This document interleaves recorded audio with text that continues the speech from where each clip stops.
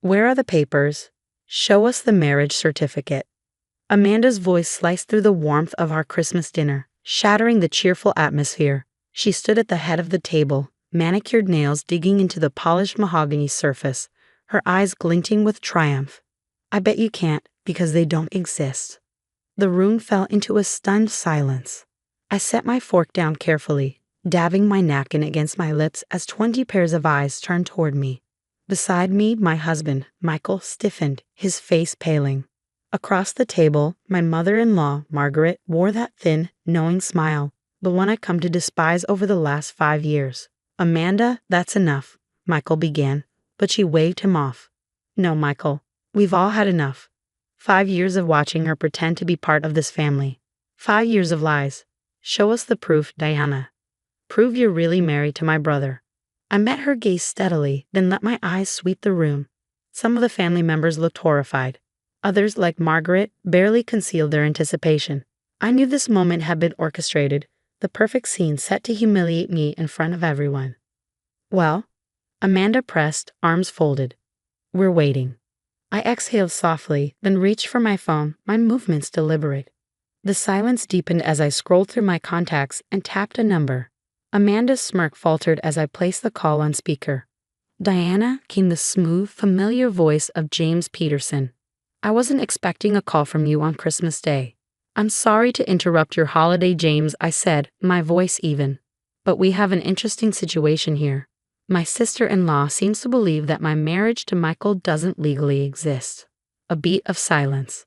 Then a low chuckle. "Ah, so they finally made their move." Margaret's smile stiffened. Amanda's smugness evaporated. "Who is that?" Amanda snapped. "James Peterson," he replied, his voice like steel wrapped in velvet. "Lead partner at Peterson and Associates. Diana's personal attorney for the last 6 years. And I must say, this is quite the development, though not entirely unexpected." Michael turned to me, his brow furrowed. I kept my focus on Amanda. "James, would you mind confirming something for my sister-in-law?" I asked. "She insists there's no legal record of my marriage to Michael." "Certainly." The rustling of papers carried through the speaker. "Marriage certificate filed and registered June 15th, 5 years ago. Joint accounts, property agreements, all documented and legally binding. Would you like me to email copies to the family?" Amanda had gone ghostly pale. Across the table, Margaret gripped her water glass so tightly I thought it might shatter. "That's impossible," Amanda sputtered. We checked the records. There was nothing. "Ah, yes," James mused. "Your little courthouse search last month. Interesting timing. We were, of course, notified. And you see, when there are concerns about tampering, we take precautions." Understanding dawned in Michael's eyes. He now realized why I'd insisted on handling our legal matters myself, why I'd been so meticulous. Margaret's voice, usually so controlled, wavered. "Diana, what is the meaning of this?" I met her gaze and smiled, the same cold, polite smile she had given me for years. "It's quite simple, Margaret. I've known all along that you and Amanda were trying to erase my marriage. The misplaced documents, the rumors, the little suggestions to Michael about keeping assets separate just in case." I reached into my bag and placed a sealed envelope on the table. I documented everything. Every attempt, every inquiry, every conveniently lost file. "And now that you've finally shown your hand." I nudged the envelope toward her. "I think it's time we had an honest conversation about respect and boundaries." Silence. Amanda stood frozen, her confidence shattered. Margaret eyed the envelope as if it were a snake poised to strike. Michael slid his hand into mine under the table, his grip firm, reassuring. James spoke again, his voice light but edged with something unmistakable. "Oh, and before I go, I've prepared a complete file detailing every instance of interference with Diana and Michael's marriage records. Should anything unfortunate happen to any legal documents in the future, well, let's just say it would raise some very interesting legal questions." I ended the call with a polite, "Merry Christmas, James," before turning back to my stunned audience. "Now," I said, picking up my fork, "shall we continue with dinner? I believe dessert is about to be served." The days after Christmas dinner passed in an eerie quiet. No calls from Margaret. No passive-aggressive texts from Amanda. The family group chat, normally a steady stream of messages, photos, and updates, had gone silent. Even Michael seemed distant, lost in thought as he processed everything that had come to light. It wasn't until 3 nights later, as we sat together in the living room, that he finally voiced the question I'd been expecting. "How long have you known?" His voice was quiet, almost hesitant, about what they were trying to do. I closed my book, setting it aside before turning to face him. "Do you remember, 3 months after our wedding, when the courthouse called to verify our marriage license because the original had gone missing?" He frowned, nodding slowly. "Yeah, they said it was misfiled, right?" "No," I held his gaze. "Margaret convinced a clerk to help her check our records. The original disappeared during that check. If I hadn't already filed copies with James, it would have been gone for good." Michael exhaled sharply, running a hand through his hair, a telltale sign of his distress. "Why didn't you tell me? Would you have believed me?" I asked gently. "Every time I tried to bring up your mother's behavior, you told me I was overreacting, that she just needed time to adjust." He flinched, guilt flickering across his face. "I should have listened. I never thought they'd go that far." Before I could respond, my phone buzzed. A message from Amanda. "We need to talk. Alone." I showed Michael the screen. His jaw tightened, but I placed a hand over his, reassuring. "It's time to clear the air. All of it." The next afternoon, I met Amanda at a small cafe downtown. She looked different, less polished, almost fragile without her usual armor of designer clothes and meticulously styled hair. She sat clutching her coffee cup like a lifeline, her nails tapping restlessly against the ceramic. "How did you know?" she asked the moment I sat down. "How long have you been collecting evidence?" I stirred my tea, my movements slow, measured. "Since before the wedding. The first time I overheard you and Margaret discussing how to protect the family assets from me, I knew I needed to be careful." "You were spying on us?" Her voice had an edge, but it lacked the bite it once held. "No, Amanda. I was protecting myself. There's a difference." I met her gaze. "The real question is, why? Why spend 5 years trying to invalidate my marriage?" She looked away, shoulders sagging. "Mom was convinced you were after Michael's inheritance. She said we needed a backup plan, a way to prove the marriage wasn't legal if you ever tried to take what wasn't yours. And you never questioned her. Never considered how this would affect your brother." Her throat bobbed as she swallowed hard. She said she was protecting him. A shaky breath. "But yesterday, I found something in her study." She pulled a folder from her bag and slid it across the table. My hands trembled slightly as I opened it. Bank statements, letters, legal notices, and then the truth. "She's been embezzling from the family trusts," Amanda whispered. "The money she accused you of chasing. She's been stealing it herself. She needed someone to blame if it was ever discovered." A cold, sharp silence stretched between us as the final pieces fell into place.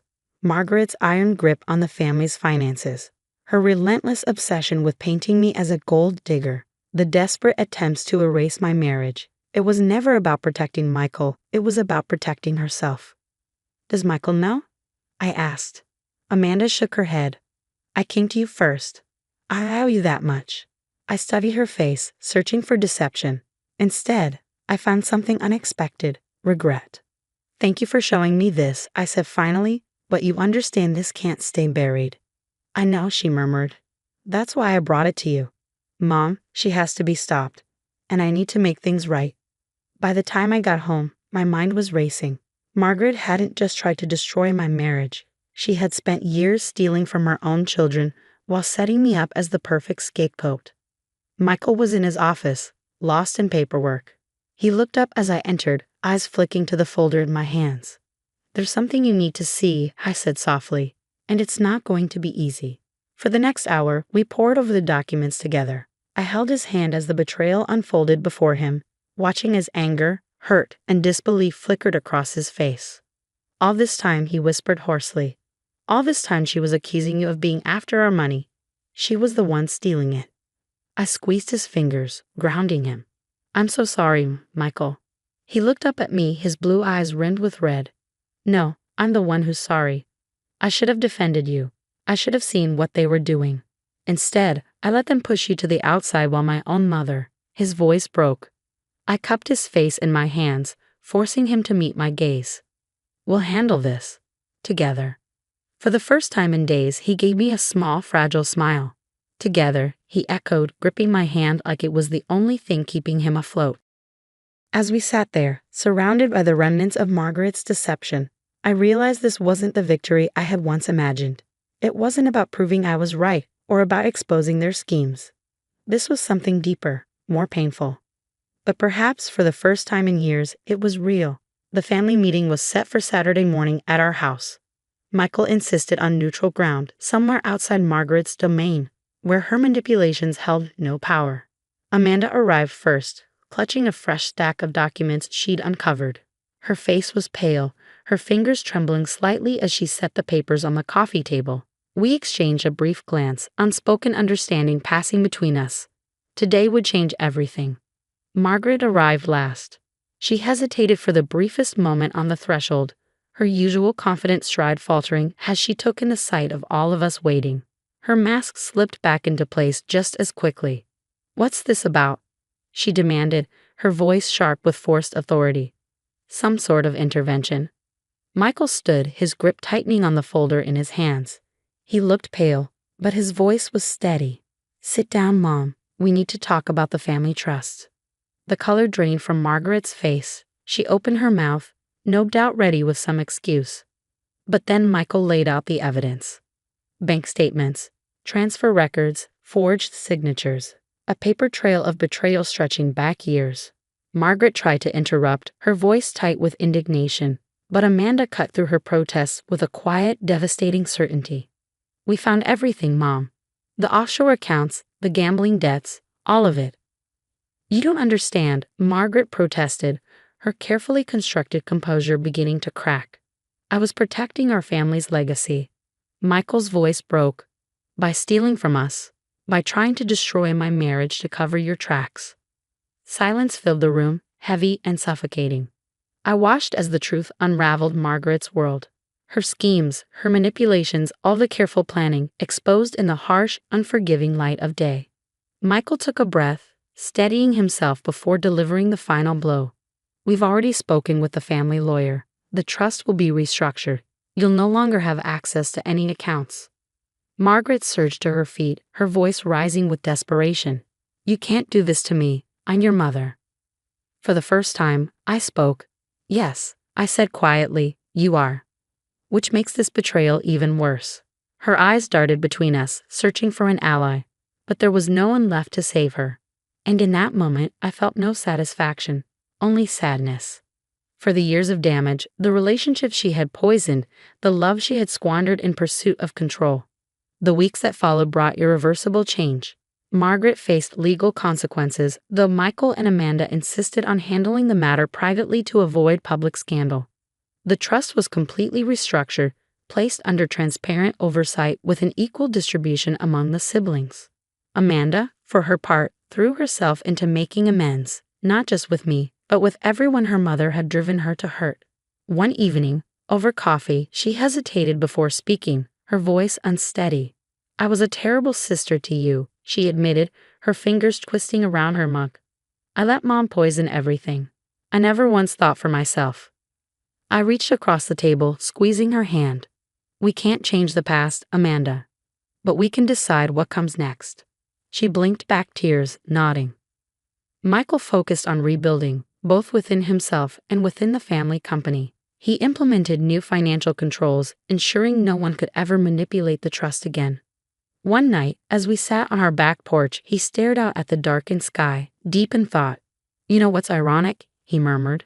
"Mom always claimed you were a threat to our family's stability, but you're the one who saved us from her destruction."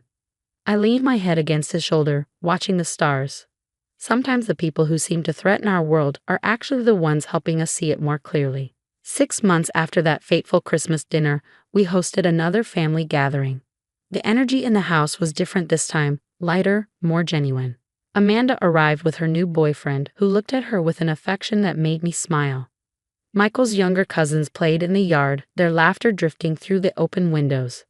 As I set the table, carefully placing the same china we had used that Christmas night, I reflected on how much had changed. The marriage certificate Margaret had fought so hard to erase still sat safely in our files. but it no longer felt like a shield I had to wield in defense. Now it was simply what it was always meant to be, a symbol of our commitment. Michael came up behind me, wrapping his arms around my waist. "What are you thinking about?" I turned to face him, smiling softly. How sometimes the worst moments lead to the best changes. He nodded, pulling me closer. "We're stronger now, aren't we?" "Yes," I said, "because we chose to be." Looking around at our rebuilt family, I realized something. Victory doesn't always mean winning a battle. Sometimes it means healing the wounds that caused it in the first place. And sometimes the best revenge isn't vengeance at all. It's letting the truth shine so brightly that no one can ever hide in the shadows again.